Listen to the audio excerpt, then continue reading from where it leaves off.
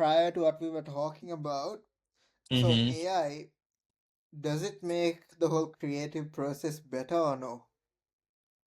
I think it removes the whole, you know, creativity, I feel it's a tangible asset. Like you can't take it out from you before AI happened.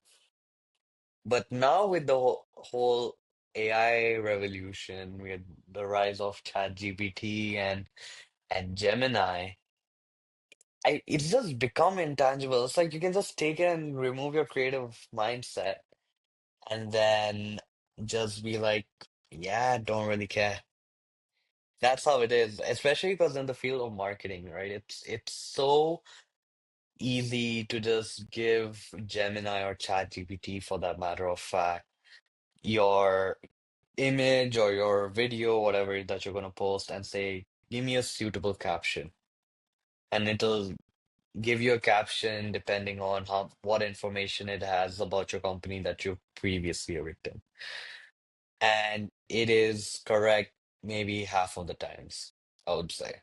Like how I won't say that I've never used AI. I've been at the forefront of using AI myself, but I would say some of the captions that it has generated for maybe images or videos that I've told it to give me some, it has been absolutely downgraded. Like I've even though I'm not a really creative person, my captions are much better than AI. That's how that's how I would say. And that's the thing, right? How much dependence on AI is too much dependence? It's such a mind-boggling question that I think, you get the biggest technological heads. You'll get you, be it your Mark Zuckerbergs of the world, the the Nadellas of the world, or the Elon Musks of the world. You can get all of them all you want, but it makes no difference because they are also using AI for half of their shit that that they're probably using. Like Snapchat's already released AI glasses. Google has all Facebook, Instagram, they always use AI. Elon Musk has always been at the forefront of using AI. But is that too much dependence or not? Is that equal amount of dependence? I mean, there is a decent amount of dependence on it, but like it only helps people like go forward, no? Like even for marketing, as you said, like I mean, yes, to a certain extent, yeah, people do tend to use it too much, but you can also like enlighten yourself to do much more. Example, you just upload a video or picture, sure, it'll give you a basic caption, but if you really go into it, really say the storyline you're trying to put, the branding effect, how many people you're trying to reach to, and what you want Hmm. to achieve, it'll probably give you something much better than probably we can think of ourselves. And I know people say, oh, humans are directly smarter than AI, but that's just not true. I mean, right now it is. ChatGPT, for example, has so much access to information. People can't do that. You can probably Hmm. engineer it, and maybe it does get things wrong from time to time. But I don't think it's we are smarter than AI right now. It's in the. Hmm. I'm pretty sure there are variants of ChatGPT we don't even have access to that are much much smarter. Hmm. Same thing with That's true. what's his name? What's his fucking name? Alibaba, what's his Jack Ma, right? Jack Ma said the Jack same thing Ma. with Elon Musk. Jack Ma was like, "Yeah, a computer will never beat human thought." And then Elon Musk just started Hmm. laughing. He's like, "Is he fucking stupid? Of course, he like a computer will beat human thought." And I think where Jack Ma was coming from was, uh, I think it was from a very, he came from a generation where computers weren't as evolved. Like you take your Windows 98. Was it Windows 96 that first? I think it was 96 that first came out. And then 95. 95, Windows 95 that first came out. He came from that generation where you had to manually do everything. There was no AI, there was no nothing. It was all up here. And that is what made your Jack Ma's of of today, or Satya Nadella for that matter of fact, or any other tech entrepreneur uh, in this current day and age. But the future ones, how are they gonna see it? It's such a massive question, especially for entrepreneurs to answer, because it, it comes back to the whole point of dependency, right? Because yes, computer thought has evolved over time, and it can certainly be human thought. I'm not even gonna deny that even for a second. There's no second thought about it. But do you really want to use AI to in a way that one, it defeats the purpose of you existing, or your role existing for that matter of fact, or even your company existing? Or do you really want it in a way that yes, my company exists, I will use AI, but to an extent where even my manual output that's still being used. My manual thoughts are being used in order to generate something down the road. That's the question for the future entrepreneurs. No, I mean, obviously, your manual input is what makes or breaks whatever company you do. That's true. But AI significantly increases that efficiency by just being itself, no? Like you need to have the manual labor, you need to have an idea of what you're doing, but AI just accompanies you to help you get to that goal. It can't do it on its own for sure, Hmm. but it's simply a tool that you use to get to where you want. Hmm. That's true. I mean, and that's the thing, right? With AI, no one's, everyone learns about AI as we go.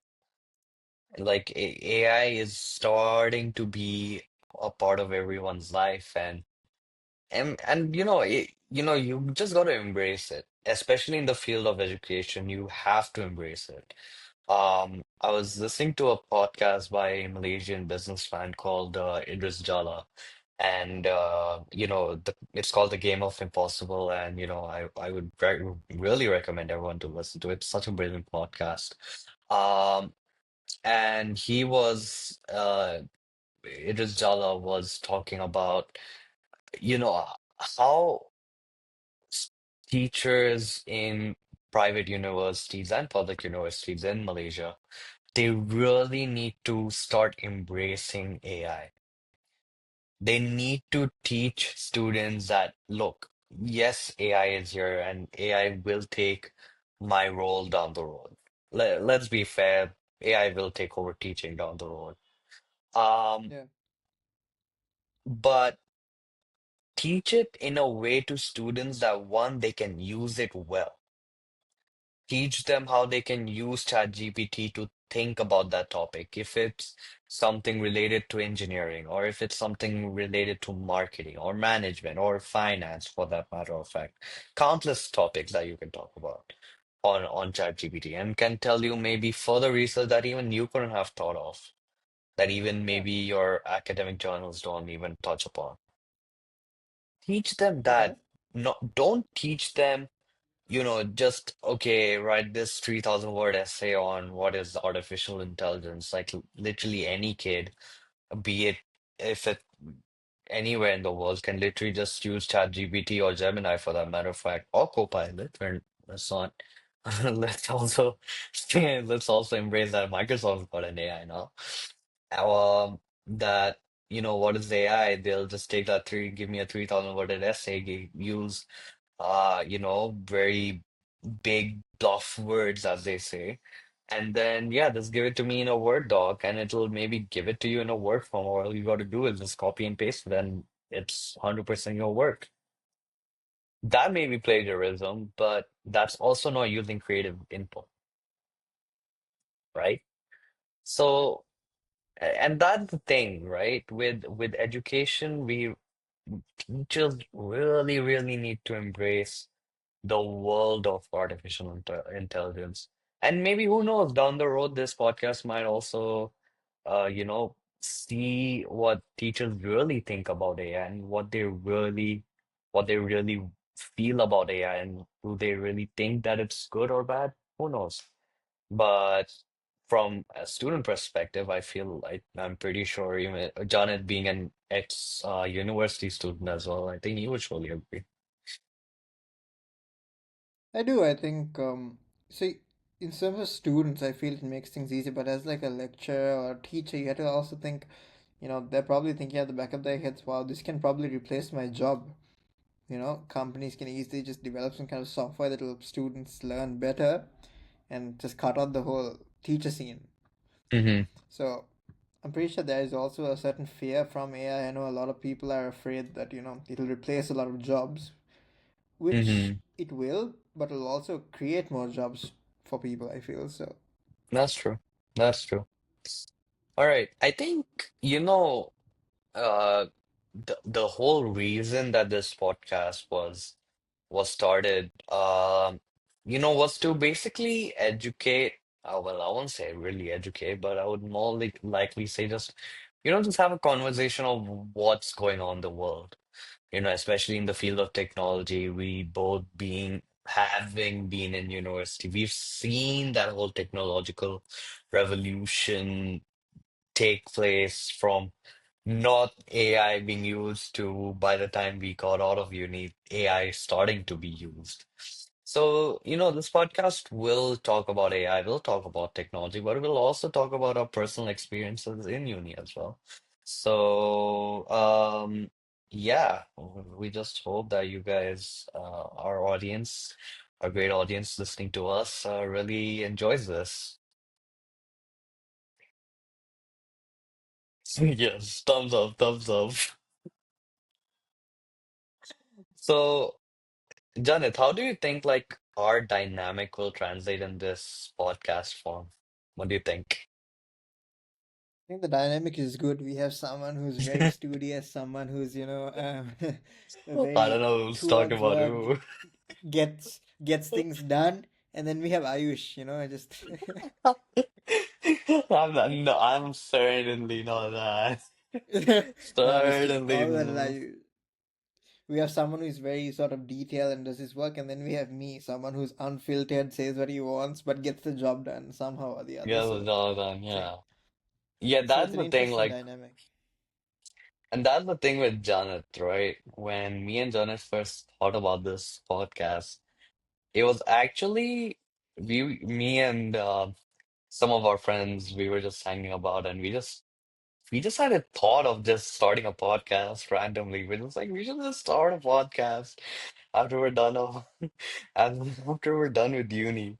And we really did not know. We were just sometimes you either bluff talk half of the time. Like it's like always in uni that half of the time people say they'll bluff.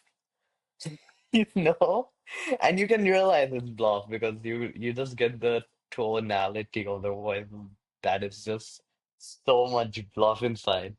But I think maybe after I was done with uni, I just texted them like, hey, should we just start a podcast, me and you? Um, so yeah, I think pretty much we've been very good friends since our second year in uni, right? That's when we first actually met. Yeah, second year of uni. Second year in uni. And then maybe in the third year that's when we just had that connection between us. Like we knew, like we just would have either the greatest people to work alongside with or the worst. There was no there was no in between. We Yeah, there's no just in between. we just thought, but yeah, we were actually very grateful to Monash and how much education they gave us. So yeah, big ups to Monash. Yeah, big ups to Monash. Can just Big taste. ups to Monash. No, but yeah, it was a good platform to connect with other people for sure. Yeah, that's true. So like, how did we end up choosing Monash in the first place? How did you two ended up in being in Monash? Start with you. I was initially planning to go to the UK, but Mm, COVID happened, and that led me to do the first year online. So I chose Monash, Australia, but I did the first year back home, and then do 1 year in Malaysia, and then transfer for the final year. But things took a bit of a turn, I suppose, and then I continued to stay here in Malaysia. Yeah. And I think that's what everyone dreams of, right? It's just like being an Aussie and being in Australia and having everyone's there is from like different cultures. You have so many Indians there, you have so many Sri Lankans there. You've got literally half of South Asia there. Yeah, Literally. fairly, So fairly. yeah, so yeah, pretty much I would say that I was already in Malaysia when before I chose Monash. I was doing a pre-university degree with Sunway because of some topics that I didn't choose when I was in high school. I had to ended up doing that because I had to basically catch up with some topics that I didn't with some subjects that I didn't do. So yeah, I initially got uh, an offer letter with Monash, but that obviously didn't go through because I missed out on getting to Monash by 1 point. Literally, that 1 point still haunts me to this day. But they say God opens you to different doors, and it still leads you to the same path. So yes, it showed me Sunway as a way, and then yeah, I just ended up going to Monash. I got my offer letter on December 4th on my birthday, which is to this day is probably the best moment in my life. But yeah, now I'm a Monash alumni. It's loud and proud. Damn Mm. straight. Yeah. So what were your memorable moments in uni? Uh, let's see. Didn't have any, but yeah. So let's pretend I we mean, the had some. okay, don't get me wrong, the education was good. It was okay. But I think outside it, we did a lot. I mean, I met a lot of people, and we had a good time. I can't remember a lot of what actually happened in Monash because half the Uh, time I wasn't in class. yeah, Janet would But always come a bit late to class. we So got the stuff done. yeah, we got this stuff We got done. the stuff done. I suppose outside Monash is more interesting than what was inside. Yeah. I mean that's the thing, right? Like I got involved with Monash by the time um I think by the time my third year came, I became the country representative for India and um you know I was a bit of an introvert when I was in uni. Like I was just come to uni, go to class, come back, and then maybe get my project done or whatever it is, or go out for that matter of fact. But as soon as I realized that, have to get myself out there. I feel university really teaches you personal branding on a very basic level. It really teaches you with all these clubs and community representatives and all that. It really teaches you personal branding, like how you really talk to people. That's such a personal branding thing. That how you maybe manage a team. That's personal branding as well. How you really dress up, how you really portray yourself. That's part of personal branding. So I think it really does teach you personal branding. I mean, and people don't realize it by the time I think they get past uni, they graduated and they're like, oh shit, we actually did that in uni. Damn. These are things that people don't really realize. So yeah, I mean, to anyone who's in uni and listening to this, get yourself out there. Do maybe be part of some club, talk to people, network. Network, network, network. Like me and Janet, weird call. Mm. Me and Janith have networked with so many people down the road. Well, in uni, like it's countless. So yeah, And networking does help. You never know who you're gonna meet, so it's yeah, interesting. So you just got to talk to people. It's just even in class, just talk to random people. yeah, that's true. So, like, do you think you'd ever go back to Monash for further studies? It's a great uni, but no, not for further studies. It'll probably be in the US, to be very frank with you. Yeah, I that's think that environment, if you want to make connections, I feel the US is the place to go. Australia is good, don't get me wrong, but I feel you need to go to the US to do, if you want to make a lot of money, I feel you need to go to the US. yeah, that's true. I think everyone's goal is to be somewhere outside. And I think a lot of it has to do with whatever is going on in everyone's country, like be it India or Sri Lanka or anywhere else for the matter of fact, or even Malaysia. Like I was reading a statistic about Malaysia one in an article that stated that I think 40 to 50% of Malaysian Gen Zs really want to just get out of Malaysia, which is such a surprising stat because you really think it's not the case. But when you start talking, you kind of get why they want to leave because the depreciating economy, the lack of jobs for that matter of fact. Like it's so competitive.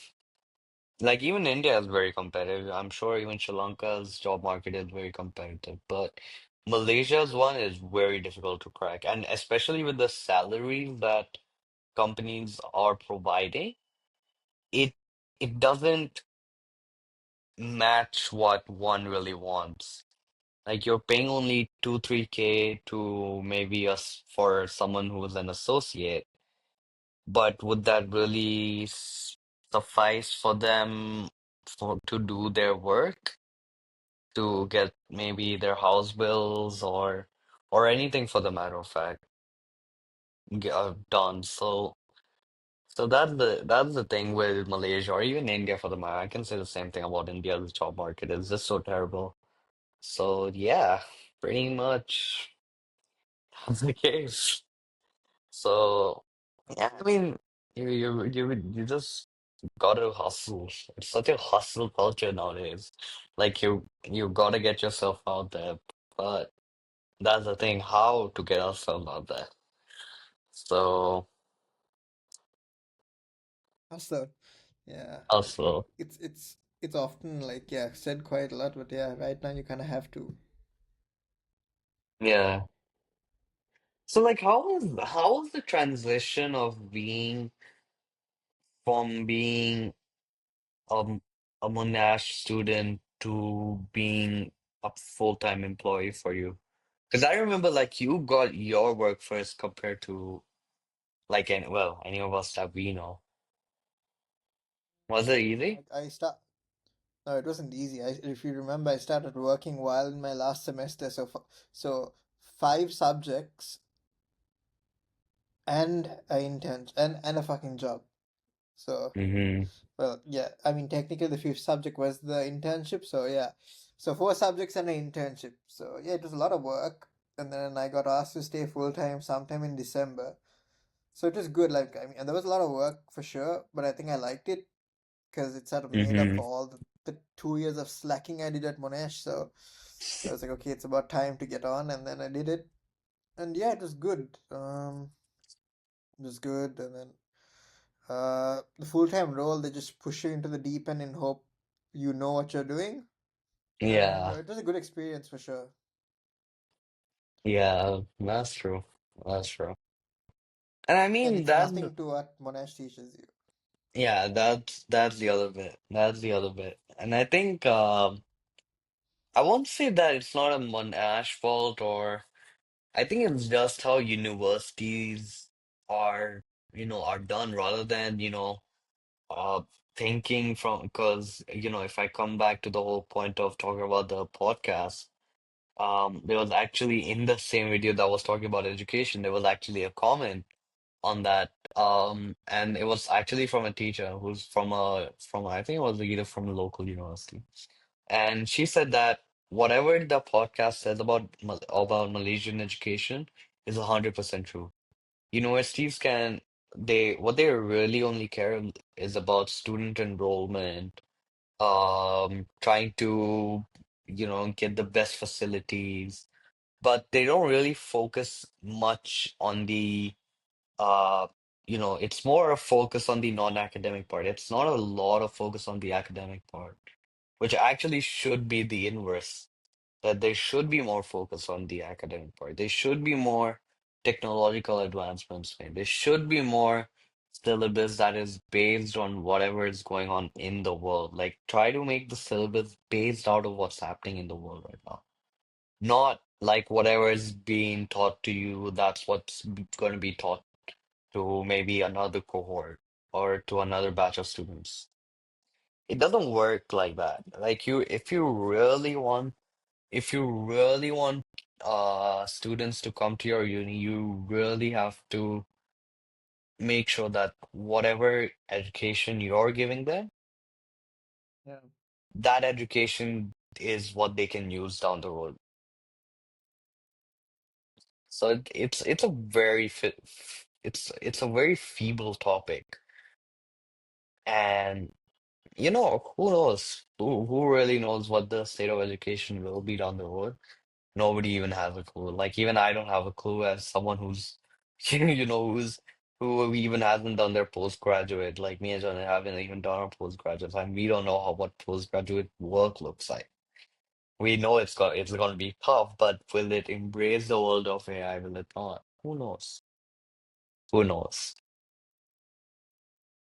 Imagine like 10 years time, like how insane AI is going to be.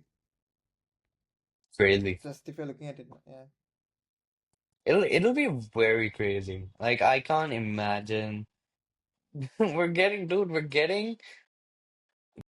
kitchen items that use AI. Like there's like it was just an ad that just maybe came up on my Instagram that, there's like this cooking machine that, all you gotta do is maybe just throw in some Yeah, ingredients here and there. You know what I'm talking about?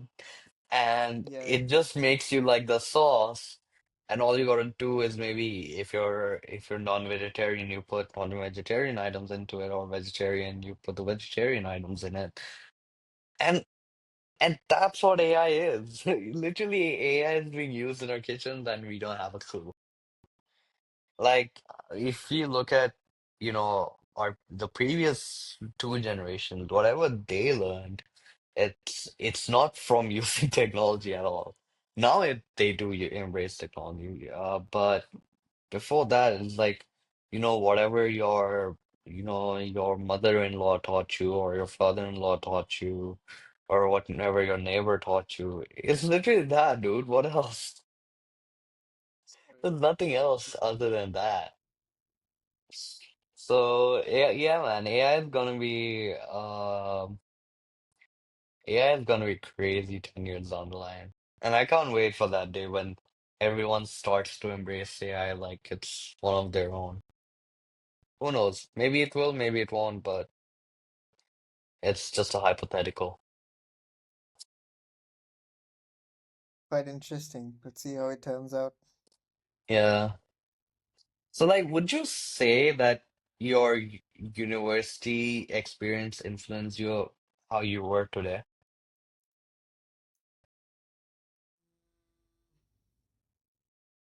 Let's see how I work today. Has it? Repeat the question again. Like, do you think university experience is what has given you the platform of who you are today? Like, do you think it has had any influence on you? I mean, yeah, before you come to university, you're sort of this kid who just finished school, so it does make you independent and then gives you a platform with like other people and like-minded individuals. So yeah, I suppose it does sort of molds you a little bit, but not too much. You sort of figure it out on your own way as you go along. So I would say like 50-50. What about you?